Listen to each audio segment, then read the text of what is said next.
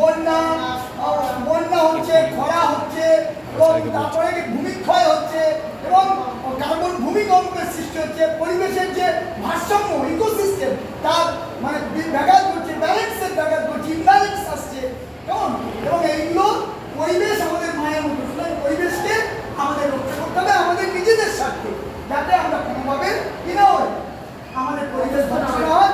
সুন্দর একটা পরিবেশ, যত সুন্দর প্রকৃত পরিবেশে গাছপালা সবুজ পরিবেশ গড়ে উঠবে, মানুষের মনও যেমন মাকে সামনে পেলে আমাদের মন দুর্বল হয়ে যায়, তেমনি পরিবেশ মা প্রকৃতি মাকেও সামনে পেলে আমরা মানে কাঠিন্য থেকে সরে গিয়ে আমরা সবাই ভ্রাতৃত্বের বন্ধনে আবদ্ধ হতে পারবো। এটাও একটা আধ্যাত্মিক দিক, যেমন একটা ভৌগোলিক দিক বৈজ্ঞানিক দিক আছে, তার একটা আধ্যাত্মিক দিক রয়েছে।